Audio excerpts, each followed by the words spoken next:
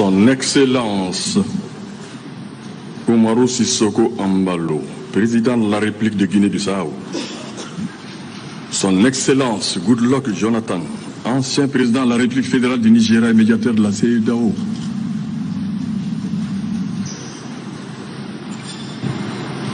Son Excellence le professeur Djankounda Traoré, président de la transition malienne de 2012 à 2013. Madame la ministre des Affaires étrangères du Ghana, pays qui assure la présidence de la CEDEAO. Monsieur le représentant de la MINUSMA, Monsieur le représentant de Misaël, Son Excellence Pierre Buyoya, ancien président de la République du Burundi, Monsieur le président de la commission de la CEDEAO, ancien premier ministre et ancien ministre, chef d'institution en fonction et ancien, gouverneurs, maires et conseillers municipaux, autorités politiques, morales, religieuses et coutumières, ambassadeurs et représentants des organismes de coopération, compatriotes de l'intérieur et de l'extérieur, représentants de la société civile et des syndicats, en vos rangs, grades et qualités, tout protocole observé.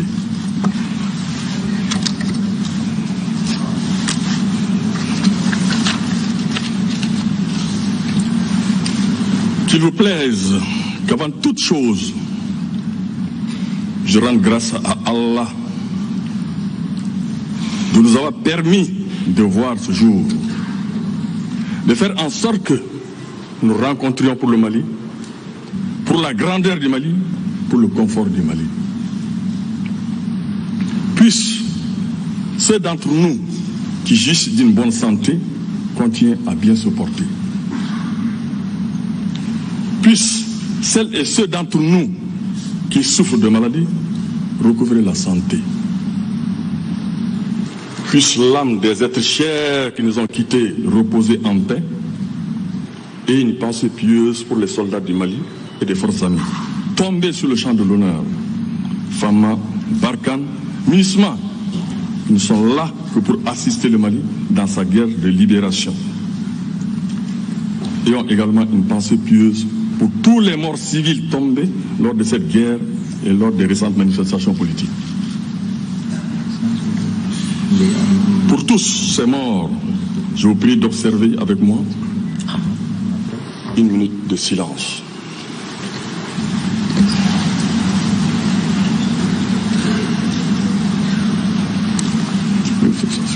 Veuillez vous asseoir, s'il vous plaît.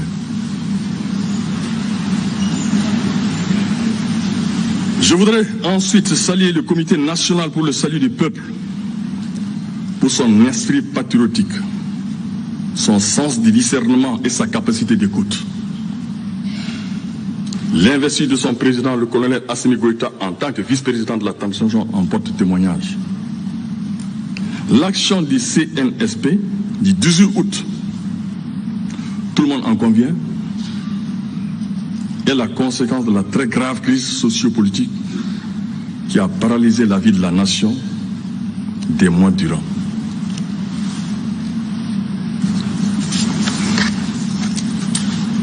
Au collège qui a porté son choix sur ma modeste personne pour présider cette transition, j'exprime toute ma gratitude. Je suis honoré par son geste et je voudrais lui dire ici que je me battrai de toutes mes forces pour mériter sa confiance. Que l'on me permette également de souhaiter la bienvenue au président de la Guinée-Bissau, Umaru Sissoko Embalo, en terre africaine du Mali.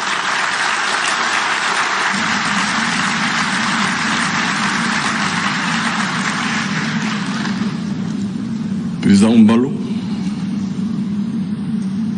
vous êtes chez vous. Vous êtes parmi vos frères. Vous êtes encore parmi vos sœurs. Acceptez l'assurance de notre profonde sympathie et de toute notre gratitude pour votre présence, oh combien significative parmi nous en ce moment et en ce lieu. Ma Ma gratitude va également, et bien entendu, à la CE2AO.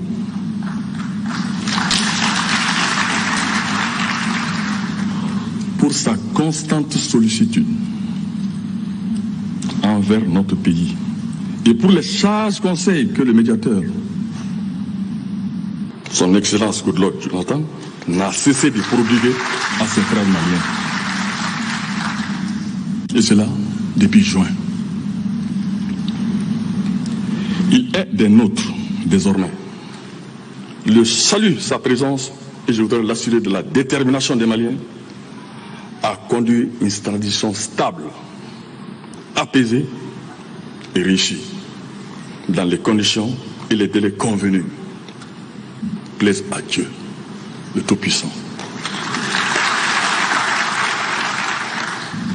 Professeur Djonkunda, cher aîné, merci de venir rehausser de votre présence l'éclat de cette cérémonie. Que vous soyez à nos côtés ne nous surprend guère, car tout ce qui concerne le Mali vous oblige. Votre expérience, votre endurance, votre foi en le Mali nous guideront.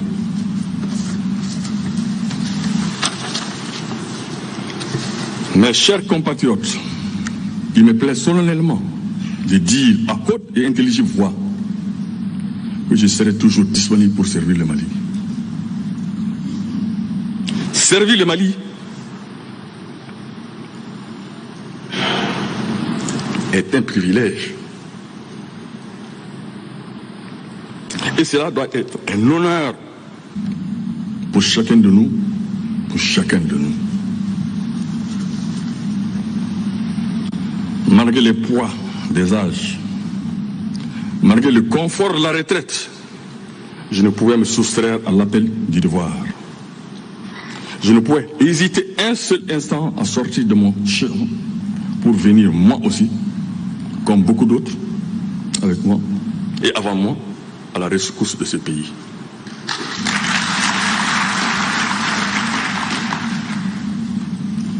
Le Mali m'a tout donné. Je suis heureux d'être son esclave, soumis, prêt à tout pour qu'il renoue avec la pleine légalité constitutionnelle, avec des autorités élues, des représentants légitimes. Je n'ai pas d'autre mission, je n'ai pas d'autre prétention. Il s'agit pour moi, et il doit s'agir pour chacune et chacun d'apporter sa petite contribution, sa petite pierre à la consolidation de l'édifice national. Car la maison commune est ébranlée, affaiblie, humiliée.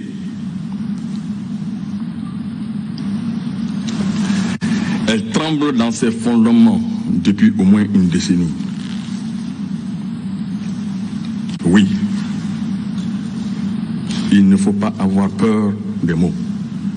Le Mali est ébranlé, piétiné, humilié. Ébranlé, affaibli, humilié par ses propres enfants, par nous-mêmes.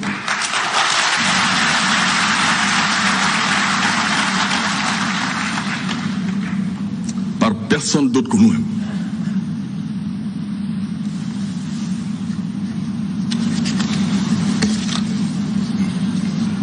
Chers compatriotes, chers partenaires du Mali, une transition ne saurait tout faire. Elle doit se donner des priorités. Les nôtres ont été débattus, validés et consignés dans la Charte nationale de la transition, issue des journées de concertation des 10, 11 et 12 septembre dernier. C'est cette charte qui constitue mon bréviaire. Je dois donner ma vie. Pour que la transition soit menée à bon port, je n'hésiterai pas une seconde.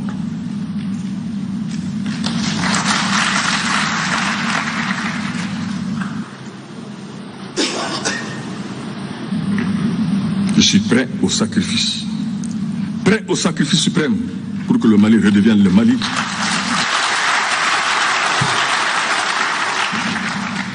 Je dis bien pour que le Mali redevienne le Mali de nos rêves et de nos potentialités. Ma plus grande satisfaction résidera dans la passation de témoins au futur président de la République élu proprement et élu indiscutablement.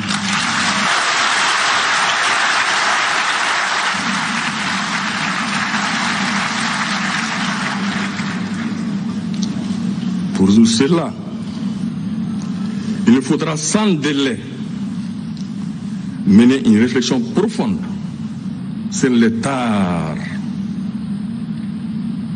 de nos processus électoraux. Et ce, à l'effet de nous doter de bons textes, de bonnes pratiques, de solides contre-pouvoirs. Car sont ceux-là la force de toute démocratie. Au nom du peuple malien, qui ne saurait être privé de ses choix, au nom de la vérité des urnes, qui doit être la seule norme en démocratie, je combattrai sans concession les scrutins au coût astronomique.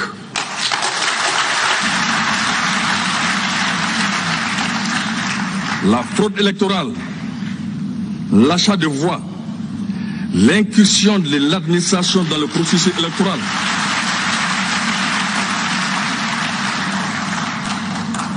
la perversion des résultats pour les cours d'arbitrage.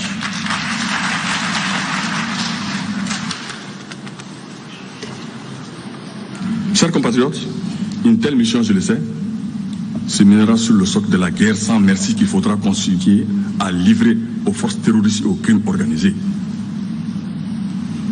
Les fléaux accablent certaines parties du pays depuis plus d'une décennie. Leur sanctuaire s'élargit au détriment de la sécurité nationale. Les demi-victoires ne se suffisent plus pour nous vaincus. Nous devons gagner totalement et durablement. Pour cela, il faut certes une gestion politique, là où celle-ci est nécessaire. Mais il est important de se doter de moyens les plus dissuasifs possibles. À travers une armée aguerrie, matériellement soutenue et moralement prête. L'armée, il est vrai, ne devra combattre que l'ennemi. Elle ne saurait être coupable d'exactions contre les populations civiles. Cela ne peut pas être accepté et ne sera pas accepté. Cependant, les moyens de l'armée iront désormais totalement à l'armée et seulement à l'armée.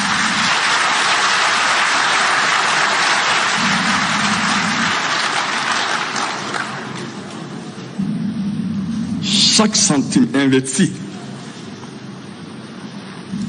pour la défense et la sécurité de ce pays, surveillé, évalué, tant que je présiderai aux destinées de la transition.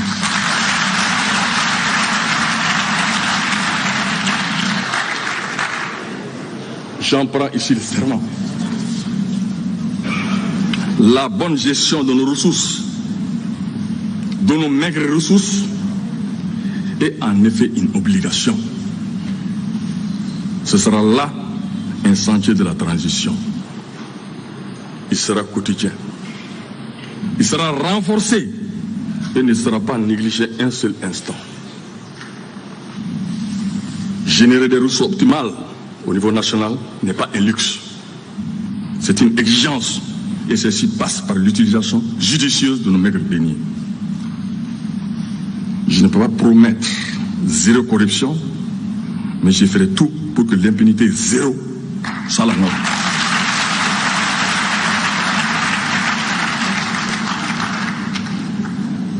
L'argent public est sacré. Et je ferai en sorte qu'il soit dépensé de manière traçable et raisonnable. Avec tous les sacrifices que cela comporte. En termes de mesures systémiques et de répression des crimes et délits économiques. Tous les dossiers d'enquête réalisés par nos structures de vérification seront transférés aux juges au besoin.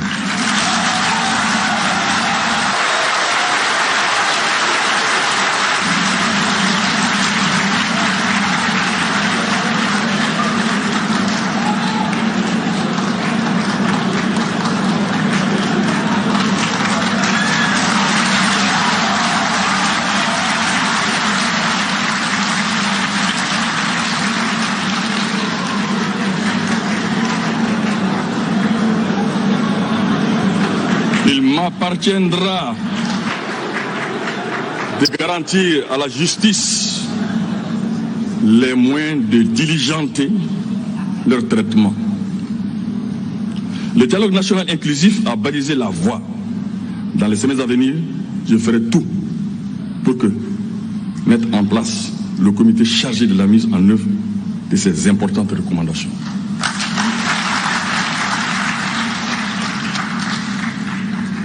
Chers compatriotes, la transition qui s'ouvre ne remettra pas en cause et ne remettra en cause aucun engagement international du Mali, ni les accords signés par le gouvernement.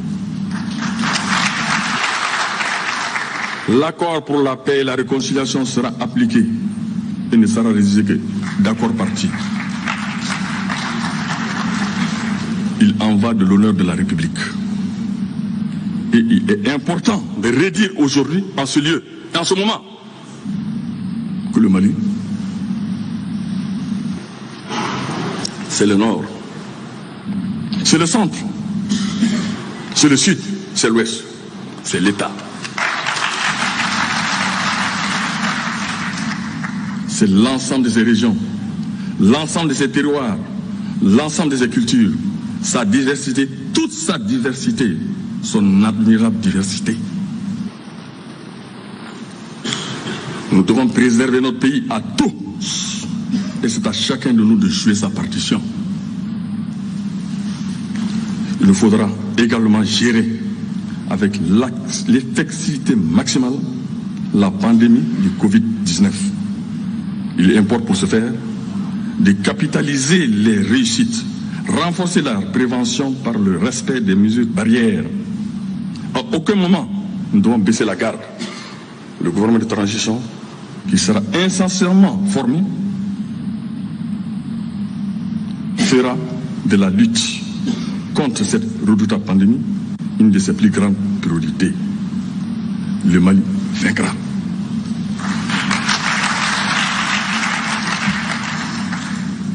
Vive la démocratie, que Dieu nous bénisse.